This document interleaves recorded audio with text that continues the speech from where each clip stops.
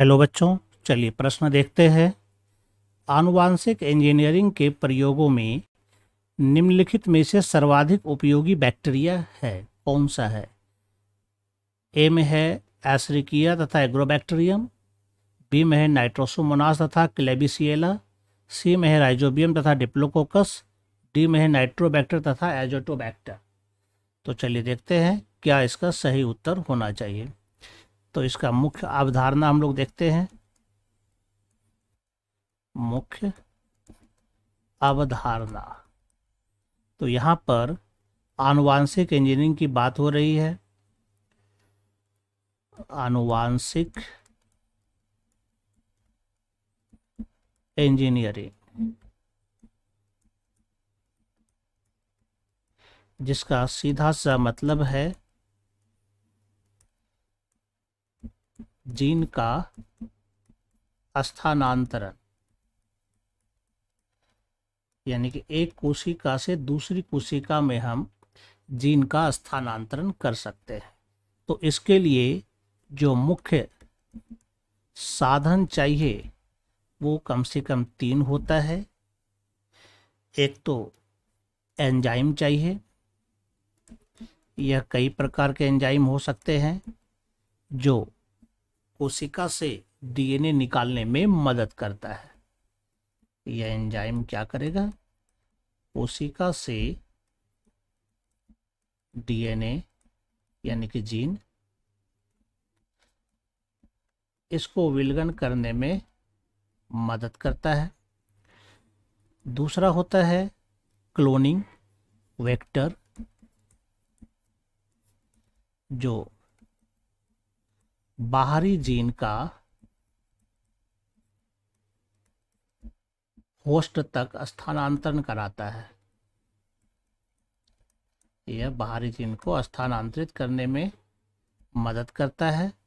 और तीसरा होता है पोषक, जिसमें कि मुख्य रूप से यह जीवाणु हो सकता है या फिर कोई पादप कोशिका हो सकती है या फिर कोई जंतु कोशिका भी हो सकती है, यानी कि जिसमें कि यह जीन जाना है, जो बाहरी जीन जाएगा।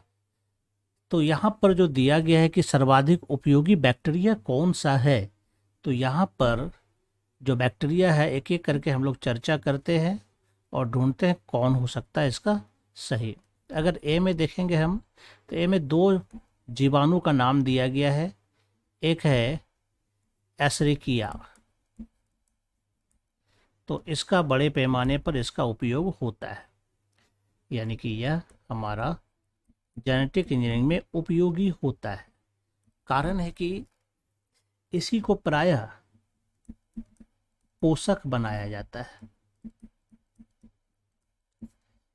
पोषक बनाया जाता है क्योंकि इसी में जो रिकम्बिनेंट डीएनए होता है वो इसी में स्थानांतरित किया जाता है और ये फिर प्रोडक्ट यानी कि जो प्रतिफल बनना होता है जिनसे, वह तैयार होता है।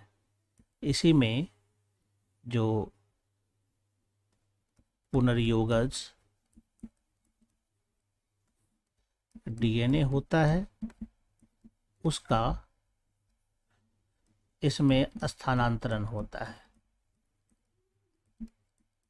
तो इसका मतलब है कि यह जेनेटिक इंजीनियरिंग के लिए काफ़ी उपयोगी होता है। दूसरा देखते हैं, दूसरा में कहता है एग्रोबैक्टीरियम।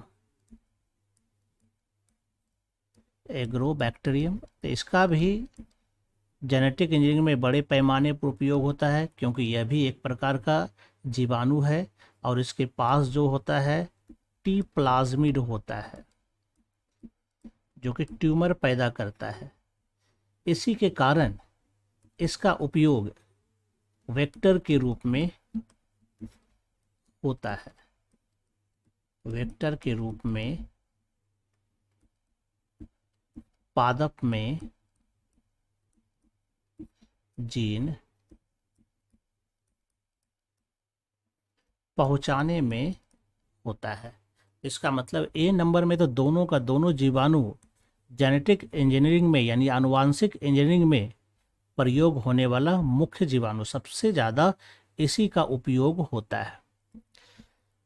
दूसरा लेते हैं बी नंबर में। तो बी में यहाँ पर कहता है कि नाइट्रोसोमोनास और क्लेबिसिएला। तो बी में जो जीवाणु दिया गया है नाइट्रोसोमोनास,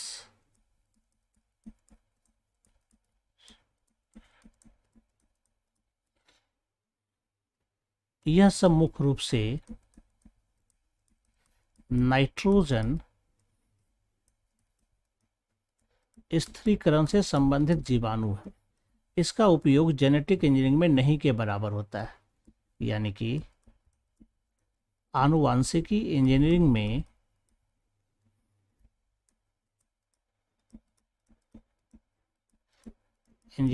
में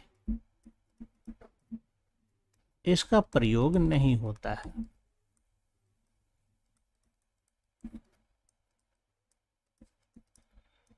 इसका मतलब है कि नाइट्रोसोमोनास हमारा सही उत्तर नहीं है। तीसरा में जाते हैं तो यहाँ राइजोबियम और डिप्लोकोकस है। तो राइजोबियम भी नाइट्रोजन स्थिरीकरण से संबंधित है और डिप्लोकोकस भी अदर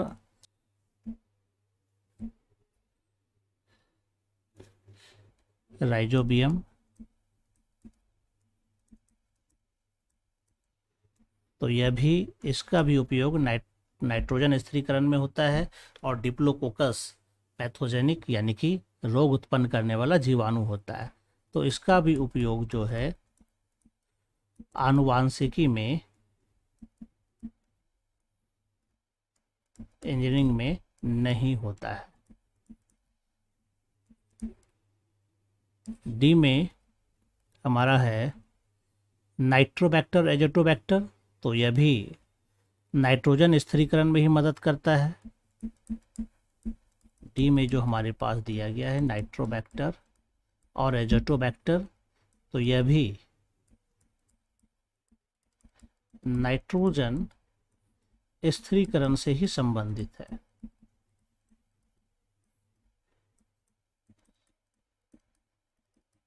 इसका मतलब है कि यह भी हमारा उत्तर नहीं है। यानी हमारा अगर चारों में से अगर देखें सबसे ज़्यादा उपयोगी बैक्टीरिया कौन है आनुवांशिक इंजीनियरिंग के लिए, तो हमारा ए नंबर सही जवाब होगा। बी गलत हो जाएगा, सी गलत हो जाएगा, डी भी गलत हो जाएगा। यानी कि उपयुक्त उत्तर जो होगा वो हमारा ए नंबर होगा। मैं आशा करता हूँ आपको ये उत्तर समझ में आ गया होगा। धन्यवाद।